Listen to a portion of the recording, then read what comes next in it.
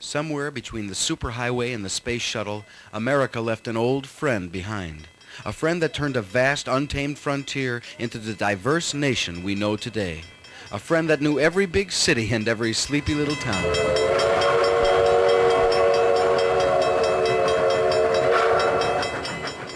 A friend that was shouldered aside by time. And this is the story of one that came home.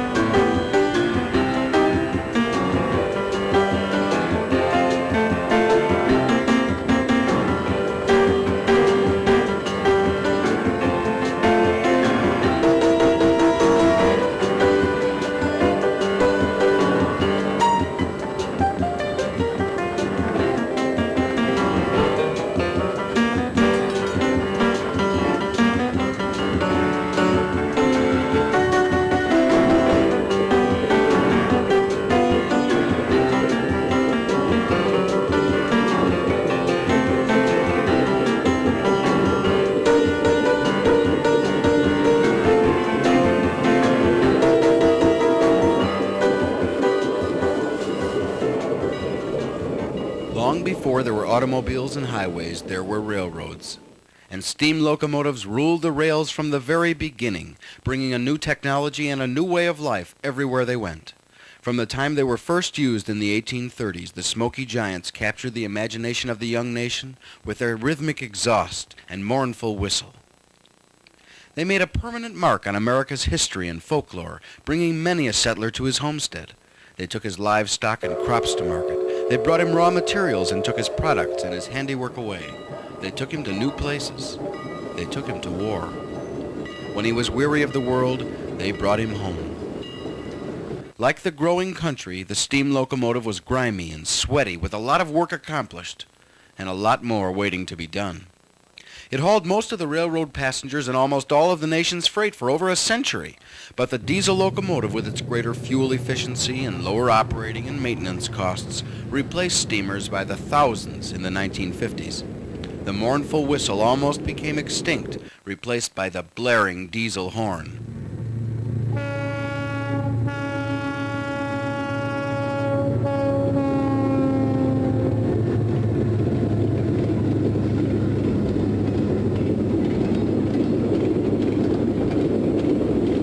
Like all railroads, the Chicago and Northwestern sent almost all of its steamers to the scrapyards.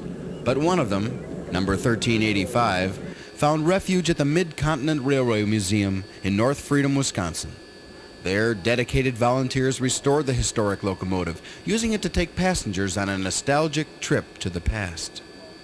The 1385 seemed destined to live out her life running up and down Mid-Continent's 4.5 miles of track, until 1982, when the Northwestern invited her back to her old stomping grounds.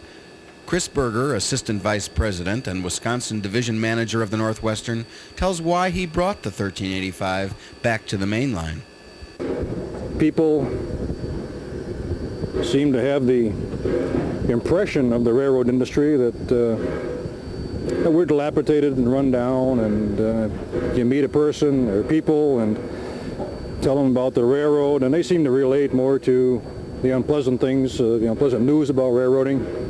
They say, oh, you're the ones that block the crossings and things like that. So, you know, railroading has changed a lot. The Chicago Northwestern has changed a lot. A lot of changes have happened since the employee ownership, and it was my feeling, and management agreed that we would try to do something that would bring people around the railroad. And people came around to the railroad for a glimpse of a bygone era. Throughout the Midwest, in Madison and Milwaukee, Boone and Barrington, in Waukegan and Winona, and hundreds of other places the 1385 hadn't seen in a quarter century, people turned out to rekindle old memories or spark new ones. Oh, I I've ridden on a train with my 3 older children frequently back in the early 50s. The train would stop in Waunakee and we'd ride on the train as far as Union Central, Wisconsin, across the Wisconsin River Bridge, and it was absolutely marvelous. They remember it, but he, a little too young. What do you think about this? Pretty neat because it's just a long time ago, so it's just neat because compared to the modern engines, it's pretty neat. Do you come all the way up from Madison to see the train here? Oh yes, we follow it as much as we can. Has your husband been a railroad buff? No, I guess it's kind of in my blood. It's in your blood. That's kind of unusual, I guess. My uncle was the engineer of this at one time, this locomotive. I see. Back when it was running on the Northwestern? When it was a working locomotive. He drove it handled it from Madison. I don't know where really, but this was his locomotive, and we feel it's part of the family, so we keep track of it. Railroading's got a fantastic past. A lot of people have forgotten how important the railroad was in the development of the country. And of course, the steam locomotive is what made it all happen. And we thought it would be a nice tie-in to bring people down and see the steam locomotive, which is symbolic of the past, and see the railroad as it is today, which is different than many, many people thought that it was. And we've had so many comments about that. Hey, they say, we thought that your track was bad. We're surprised to see the modern diesel locomotives. We're surprised to see the modern equipment. We're surprised to see employees that like their jobs. All these were things that we felt was a story that needed to be told, and the 1385 was a way to get it told, a way to bring people to the railroad so that we could show them the railroad as it is today, which we're very proud of. But what's so special about a steam locomotive? Why do people come from near and far to see one running? A couple of Mid-Continent Railway Museum volunteers tell us why. It's very impressive to look at. All the noise, the smoke, the steam, the wheels, the rods, it's just, I think anyone that sees one is quite fascinated by it, especially the younger generation that really hasn't seen any steam. What do people find fascinating about steam engines?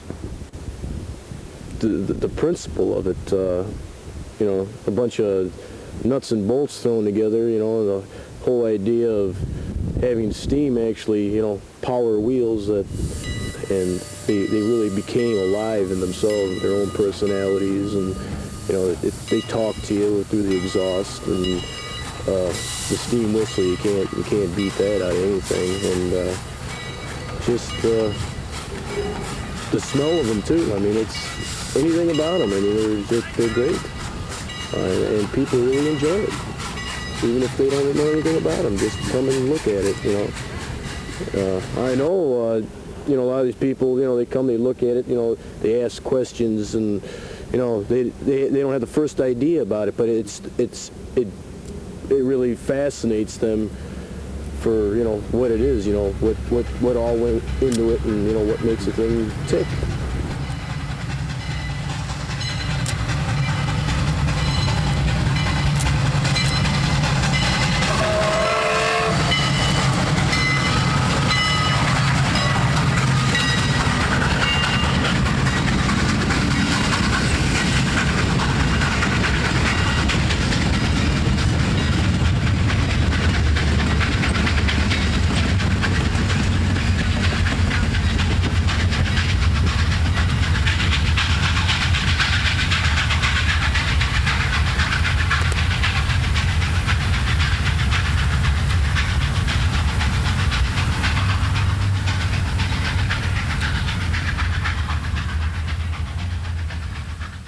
The 1385 is a history lesson in herself. She was built in March 1907 by the American Locomotive Company in Schenectady, New York. The 1385 is a 460 type engine, meaning 4 pilot wheels, 6 driving wheels, and no trailing wheels. 10-wheelers, as they were called, were popular on many railroads for light passenger and freight service. The 1385 is a Class R1 locomotive, one of 275 such engines the Northwestern once owned. Today, only 2 other R1s are left, and neither of them is in running condition.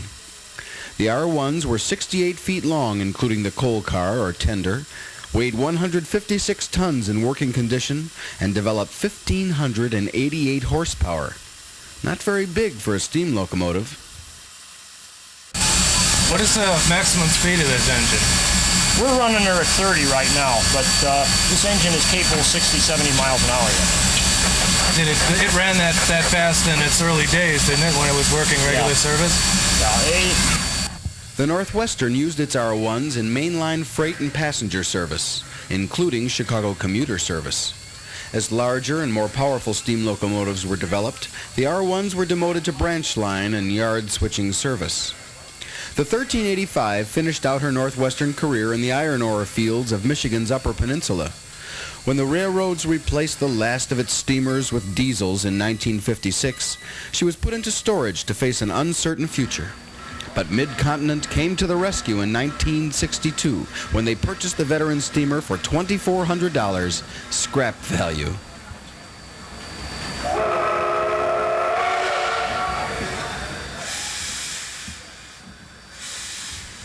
Mid-Continent used the 1385 briefly in the early 60s before putting the tired old engine back into storage. In 1975, she was overhauled and put back in service, joining the museum's other steamers in hauling passengers on their 4.5-mile line. Interestingly, that line is a former Northwestern branch line that saw many R1s in the days of steam.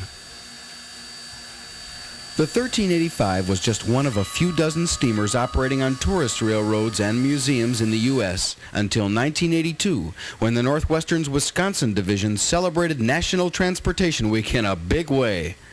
The railroad borrowed the 10-wheeler to pull the Prosperity Special, a display train made up of a 1980 diesel locomotive and an assortment of modern freight cars. Throughout Wisconsin and northern Illinois, in many towns that had not seen a steam locomotive in 25 years or more, the 1385 barnstormed her way down her old stomping grounds, and she was greeted by huge crowds everywhere she went. We tried to keep an estimate, and I'm no estimate of crowds, but we did it first during the Prosperity Special last year, and we figured about 500,000 people came out to see the 1385 on that 2-week-long tour. And the trip to Iowa last year was every bit as successful. This year's tour to Iowa was possibly even more successful. It was just fantastic going to some of the population centers. The response was so favorable, the Northwestern extended her tour to other parts of the system. She whistle-stopped her way across the Midwest, often taking passengers for short rides. The railroad made an agreement with the museum for the rehabilitation and long-term use of the historic locomotive. By the end of 1983, the Northwestern had spent over $45,000 rebuilding the 1385, making her ready for the road anytime, anywhere.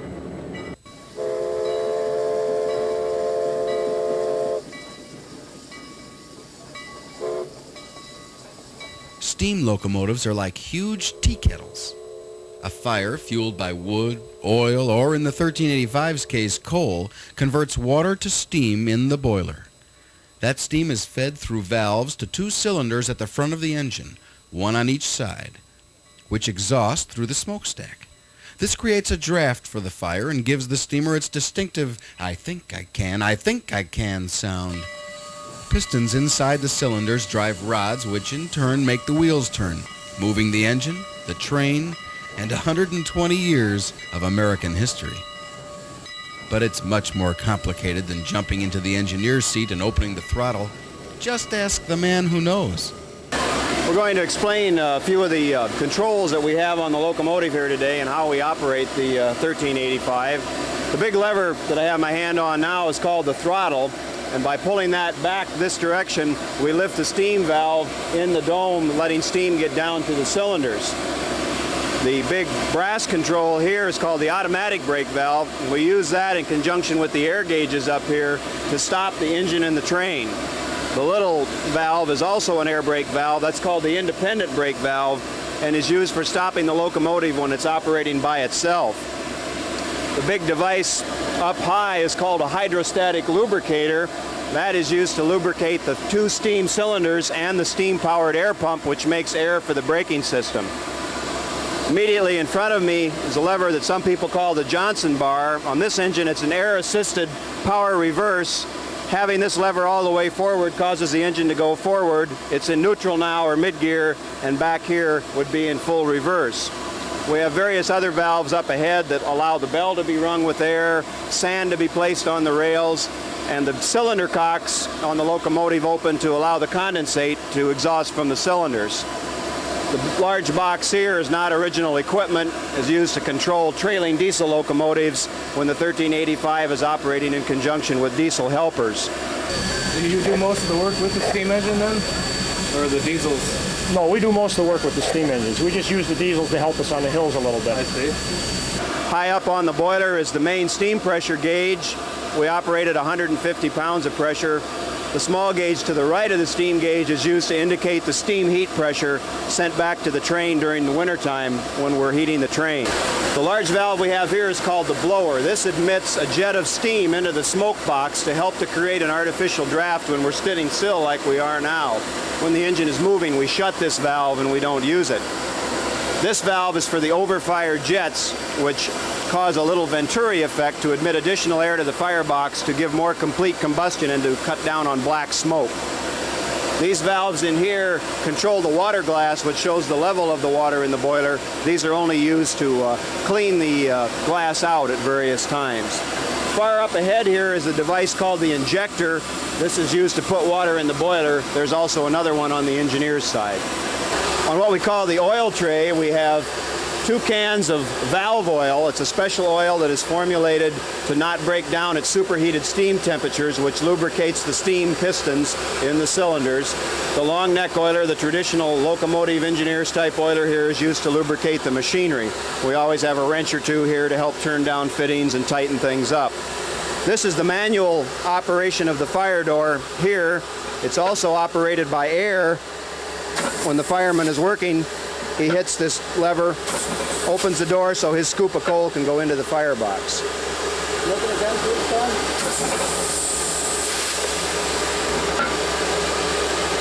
The little levers on either side are called grate shakers, and those allow us to thin down the fire and also to clean the fire at the end of the day or in the morning to help get enough air up through the coals to aid in combustion. The engineer gets most of the glory, but it's the fireman who does most of the work. The heart of a steam locomotive is its fire, and it's the fireman's job to keep it hot and produce a good head of steam. In the 1385, that means 150 pounds per square inch. Many steamers had mechanical stokers to feed coal into the fire, but most of these engines were newer than the 1385. Do you have to shovel coal in there all by hand, or do you have something there to do it for you? No, it's all by hand. All by hand. That must be pretty hot work in the summertime. Better believe it. Better believe it. Drink a lot of water, but a lot of fun. It's quite a challenge. Keep the pressure up and keep the thing going over the road. You just can't get in right off the street and do it. We let people ride once in a while, help just to see if they want to do it, and you usually end up bailing them out of trouble. If that isn't enough, there are 101 other things to do on a steamer. Lubricating the drive rods and valve gear, keeping the pumps, lubricators, and other accessories working properly, and coping with the occasional mechanical problem. When you get out on the main line, you got to pound them pretty hard. And a lot of the problems that ordinarily wouldn't show up when you get out on the main line. It's like an old timer. It's still there. Yeah, it can still work yet. I'm surprised that it still works. Yeah. What does it take to keep a 76-year-old locomotive running? Plenty of grease, plenty of dedicated people. And a project like this does attract that kind of people, both from the museum and within our company. Things do happen on the road, and I'm proud to say that so far we haven't missed a trick with it. And we've run on time, but that has not been without a lot of long hours and a lot of hard work. You also need a machine shop. How old are you now, Steve? 25 years old. Isn't that a little unusual for somebody so young to be working on a machine that's about 3 times your age? Yeah, I guess it is. it's kind of strange that it gets in a young man's blood like that, like it got into mine. I love it. I love it. Yeah.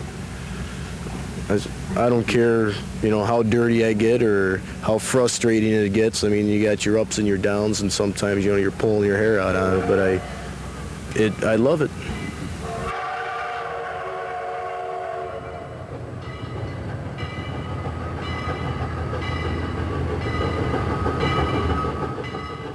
A steam locomotive running in America in the 1980s finds itself in an alien world. Railroad lines were once dotted with coaling towers and water tanks for steamers to refuel and take on water, but these facilities are long gone. Even though the 1385 carries 10 tons of coal and 5,700 gallons of water in her tender, and an additional 12,000 gallons in a secondary tender, it isn't enough for a long trip. So she carries a supply of coal in a gondola car in her train. When she stops at the end of the day, a fire truck comes to quench her thirst. Hot valve is calibrated right on 150. Throttle, reverse lever, brake valves, and lubricators, they're all essential to running a steam locomotive. But to generations of Americans, there's one control that's the essence of railroading. Where's the whistle? The whistle's right here. I like these engines.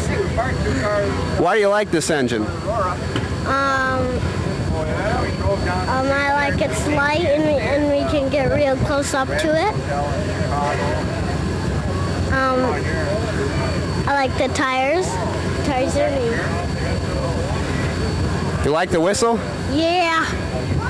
I heard it. Woo!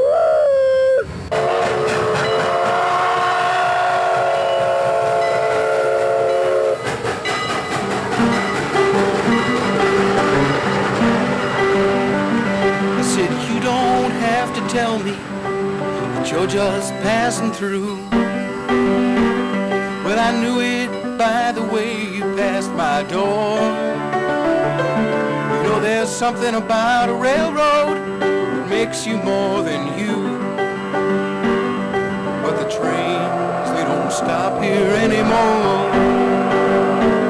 I say the trains, they don't stop here anymore.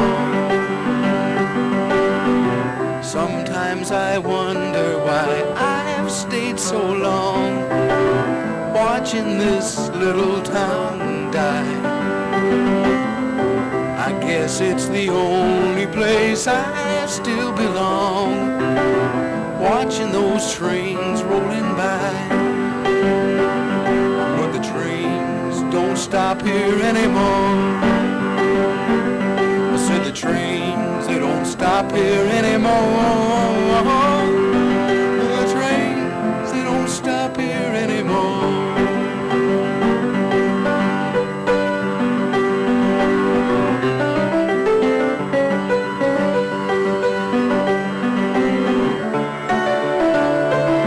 Yeah, there's something about a railroad that makes you more than you.